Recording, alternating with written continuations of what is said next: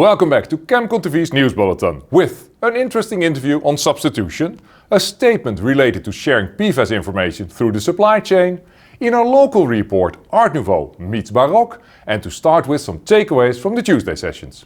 Okay, we started our first session about chemical strategies for sustainability, and we started with a very great welcome from the Commissioner Virginijus Sinkevicius from the EU Commission, and who highlighted that we are all responsible for sustainability topics and that we are responsible for making our future sustainable. Then we started with different insights and considerations about chemical strategies for sustainability. So on the one hand, the authority perspective from the European Commission that about the milestones that already have been achieved with the regulatory framework and the milestones that have to be achieved next. And then the industry perspective about how we can fulfill all these requirements. We just had our session on one substance, one assessment. I think it went pretty great and was very interesting. And it's one of those initiatives where every stakeholder gets behind. Everyone thinks this is to all of our benefit. This afternoon I had the pleasure to chair the session which was discussing the impacts of the revision of the chemical legislation REACH and the CLP legislation, as well as the implementation of the chemical strategy for sustainability on horizontal and sectorial legislation. Interesting to conclude that the challenge is equally important both for industry but also for the authorities, as industry such as the cosmetic sector but also food contact material producers have been taken outside of their comfort zone. They have to comply with new different broad restrictions focusing on environmental concerns rather than human health. After this recap, let's go to our local reporter. Hi Charles, what do you want to show us today? I'm gonna show you some of the architectural highlights of the city of Vienna. Amidst them, of course, the iconic and very famous Cathedral of St. Stephen's. You haven't been in Vienna if you haven't seen St. Stephen's Cathedral, inside and outside. St. Stephen's Cathedral is a towering symbol of the city's enduring spirit since 1137, when construction of the first St. Stephen's Church began. Today, this magnificent Gothic cathedral is a highlight in the city of Vienna.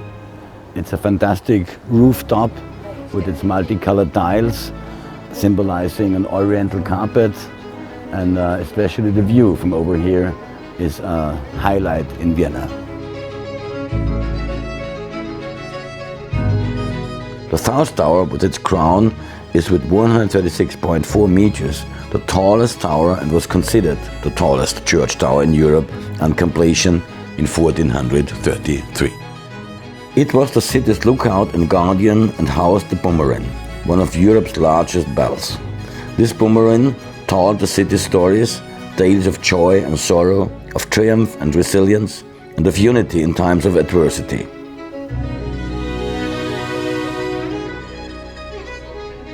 On April 12, 1945, the bell was destroyed as it fell in the cathedral during the Great Fire.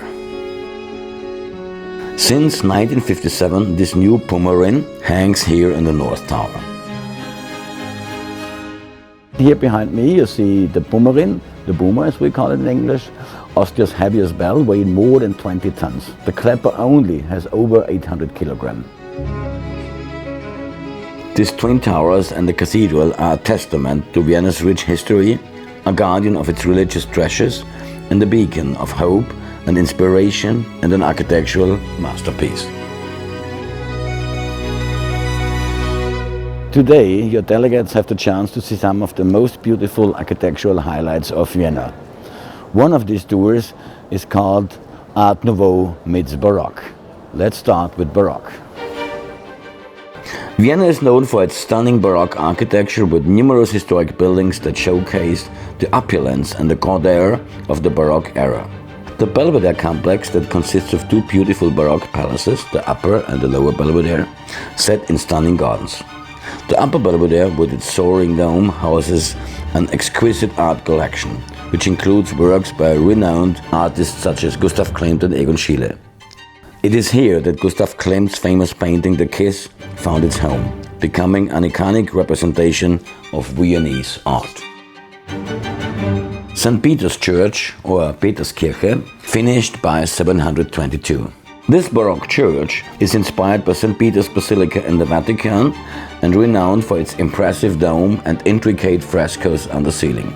The church's opulent interior is a must-see for visitors interested in Baroque architecture.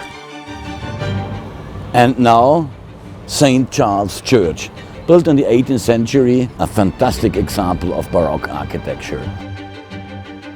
This Baroque masterpiece was built to commemorate the end of the Great Plague of 1713. The church is located on Karlsplatz, or Charles Square. Also on this square you can see the Otto Wagner Pavilion by the renowned Austrian architect Otto Wagner. It serves as an iconic example of the Art Nouveau architecture. So more on this in my second report of the day. Before you show us the substitution of Baroque for Art Nouveau, we will watch the highlights of an interview I had with Valerie Moise and Jerker Ligthart on the current state of chemical substitution practices and needs in the chemical industry. You are both in a league of your own, Valerie as industry and Jerker as NGO. What lessons can be learned from successful cases of chemical substitution, and how can these lessons be applied more broadly within the industry and by policymakers? Or in other words, what do you think can be the biggest game changer? There is always trade-off. You always have those those compromise either on the quality or on the performance, and I'm hopeful not on safety, of course, because that's all the purpose of it. Life cycle is important, and we need to look in the entirety of that to really say it's successful in the substitution. And it's not successful tomorrow, it's successful after maybe 20 years, because in some cases you discover new things about the substances after a while, I would say. Okay, Jerker, what do you think can be the biggest game changer? I think, as mentioned before, it's the transparency part. Because with transparency, you can do so much more. You have the knowledge, and also, like you mentioned, I very much agree on that there is not one-on-one when it comes to substitution. One chemical what we have today will have 20 or 50 different substitutes depending on the application. So it's so important that the application it's not always just screamed at, yeah, but there is no one-on-one. So we don't have an alternative. So the substitutes, they really have to be safe today, and they have to be safe tomorrow. That is, of course, I agree. But with the transparency on how it's being used, where can you find it, and what are the properties. With that, I think that is really needed. But also bold moves from retailers, from brands, and of course, from policymakers. Okay. That is what's needed. The complete interview can be viewed at our website and YouTube channel. Let's reconnect with Charles on Karlsplatz to learn more about Art Nouveau. Art Nouveau is an architectural style that flourished in the late 19th, beginning 20th century. It's characterized by its intricate organic forms. The color gold is typical for that period. In Vienna, we call it Jugendstil, and here you have a fantastic example of Art Nouveau Jugendstil architecture. The Otto Wagner Pavilion was originally constructed between 1897 and 1898 as a station entrance for the Stadtbahn, Vienna's urban railway system. Otto Wagner played a significant role in the design and development of the Stadtbahn, and the pavilion showcases his innovative architectural style. The pavilion's design features elegant curved line, decorative details, and a harmonious blend of metal, glass and stone elements. The facade of the building exhibits floral motifs and intricate ironwork, all characteristic for the Art Nouveau style. Another great example of Art Nouveau is the anchor clock. It's not just a timekeeper, but a storyteller.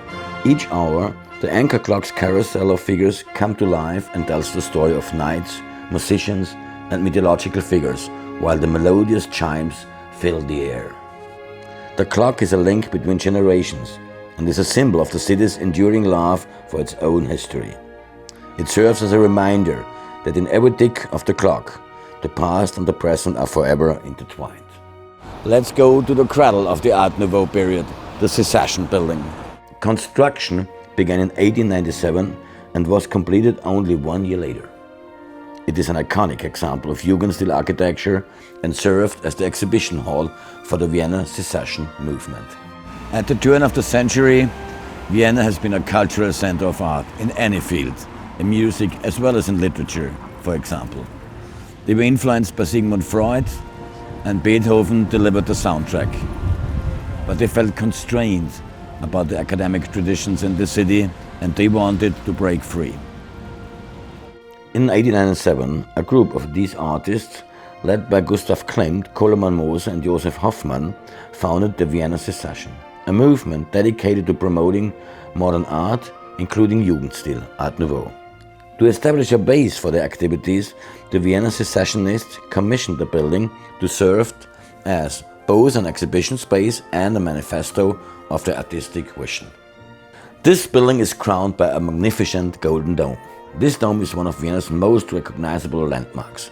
The building is also home to Gustav Klimt's beautiful Beethoven frieze. The stunning mural behind me, it's symbolizing the human fight for happiness. And it can be seen as an optical interpretation of the 9th Symphony of Ludwig van Beethoven. Shall I conduct the symphony for you? Yes, I can benefit from some musical education, but before this, let's first go to the statement of the day, where Terry Wells from 3E and I discuss the need to know your supply chain in order to be prepared for the upcoming PFAS restriction. Welcome, Terry. Are you a fan of Beethoven? Absolutely. And what is your masterpiece? I would say the Moonlight Sonata. Moonlight, interesting. In relation to the upcoming PFAS restriction, how important is it to know the complexity and details of your supply chain? I think it's going to be critical. Both the science and the policy around PFAS are a moving target. It's going to take the cooperation of the entire supply chain to both identify PFAS and find suitable replacements. And your statement is? Cooperation and transparency will be the keys to managing PFAS. Thank you for your statement, Terry. Looking forward to seeing you tonight at our social event. But first, back to Beethoven's 9th Symphony. The 9th Symphony is for sure the combination of all the genius of Ludwig van Beethoven, and now you're gonna hear it.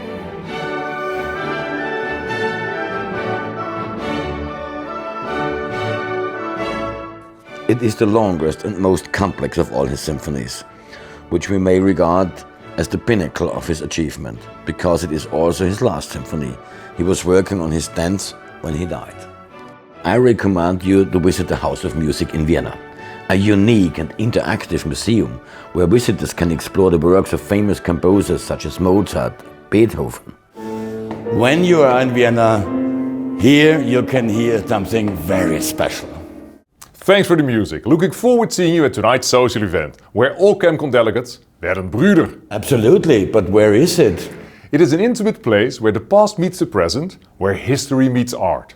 Hopefully it provides a beautiful court in the symphony called ChemCon Europe 2023 in Vienna. That could be anywhere all around Vienna, but I'm gonna find you anyhow. I'll be one of the guides on the tours. Perfect. See you at Hilton Vienna Park in the afternoon. A hotel we selected, among others, for their focus on sustainability. In our third episode of our challenge for the Green Meeting certification, Doreen talked to Christoph Glaser, the general manager of Hilton Vienna Park. Christoph, ChemCon Conferences is aiming for the Austrian Eco-Label certification, something Hilton Vienna Park achieved in 2020 already. What are the key initiatives that your team implemented in relation to green and sustainable meetings? Well, there are many initiatives we have implemented in order to achieve this, especially during the refurbishment of the hotel. All the windows are with thermal foils, the air conditioning in the bedrooms turns off when you leave the room, and all the lights are LED. In the meeting rooms, the air conditioning is also programmed to run only when needed, and the lights are also LED. We promote recycling to our guests and our team members alike, and we promote the use of tap water rather than plastic or glass bottles. Thank you, Christoph. Thank you, Doreen. Time for the forecast of the day. In our sustainable ballroom, this morning we will focus on authorization and restriction, both theory and practice, including the plans to adapt the authorization and restriction processes. In the afternoon we continue with restriction developments of PFAS in Europe, North America and the Asia Pacific. Also in this session, the considerations for essential use. Thank you for watching, and for those in Vienna, enjoy the sightseeing and looking forward to seeing you at tonight's social event.